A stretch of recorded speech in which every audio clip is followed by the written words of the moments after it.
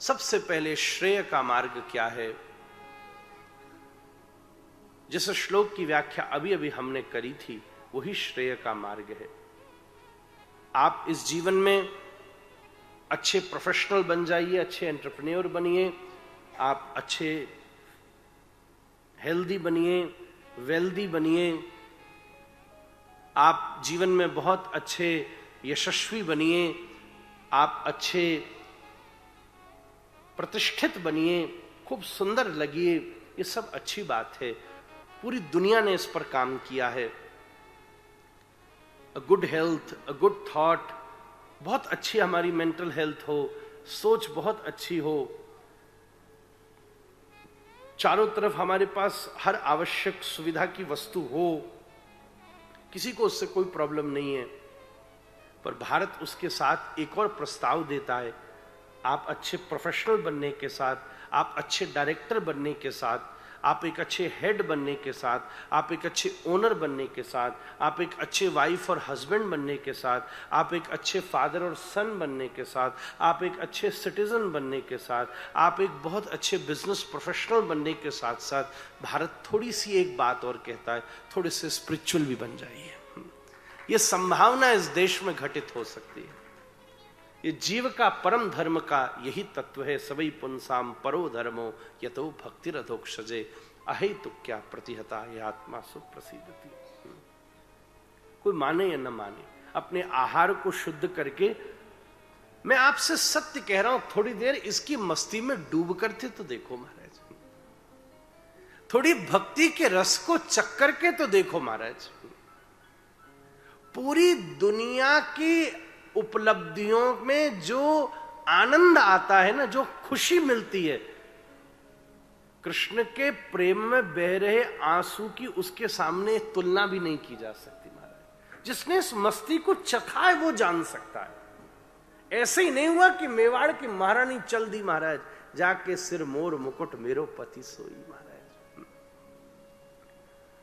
वृंदावन में रहती थी महारानी, कश्मीर की महारानी आई महाराज, बड़े भारी लवाजमे के साथ, डिमडिम घोष हो रही थी सड़क पर। सामने वाले लोग कहते हैं हटो हटो हटो, तो वृंदावन की सड़कों को साफ करने वाली एक मेहतरानी खड़ी थी, वो कमर पर हाथ धर के बोली, ये कौन आई है? वो तो क्या बोली मैं नहीं बोल सकता अभी, ये कौन आई है, ये कौन आई है? तो पहरेदार आगे बोले, भैया कश्मीर की महारानी आई है। बोले अच्छा, ये कौन सी महारानी आ गई भैया? वृंदावन में या तो जमुना महारानी है, या तुलसी महारानी है, या राधा रानी है, या हम खुद मेहतरानी हैं। ये कहां से चली आई यहां? लौट जाओ यहां। सब लोग उससे लड़ने लगे, तेरी औकात है, हिम्मत है जो क्या बोल रही है? महारानी थोड़ी थोड़ी तो समझदार थी, इसलिए वृंदावन आई, कुछ उसका संस्कार फूटा था, सदगुरु की कृपा बरसी थी, तो एकदम पालकी से कूदी, अरे देखने दो मुझे। हाथ जोड़कर बोली, मुझे क्षमा कीजिएगा। सबसे कहा शांत हो जाओ। उस मेहतरानी ने एक बात कह दी, वृंदावन में रानी बनकर नहीं घूमना, श्री राधा रानी की होकर घूमना महाराज, तब यहां का आनंद मिलेगा। एक बात मन में अटक गई उसकी। वृंदावन में पड़ी रहती, भयंकर जून जुलाई की गर्मी, जब सड़क का डामर भी पिघल रहा हो, चुपचाप अपना मुंह ढक के एकांत में छुपती बचती हुई जाती। एक साधु ने पहचान लिया, अरे महारानी जी कहां जा रही हो? कहना नहीं किसी को, ये गर्मी रूपी दूती खबर लाई है कि राधा रमण को गर्मी लगी है, पंखा झलने जा रही है। पहले मंदिरों में पंखा होता था तो डोरी बाहर लटका देते थे, भक्त बैठे बैठे पंखा झलते रहते थे। जिसने इस रस को चाखा है ना, वो जानता है इसका महत्व क्या है। जिसने चाखा ही नहीं है,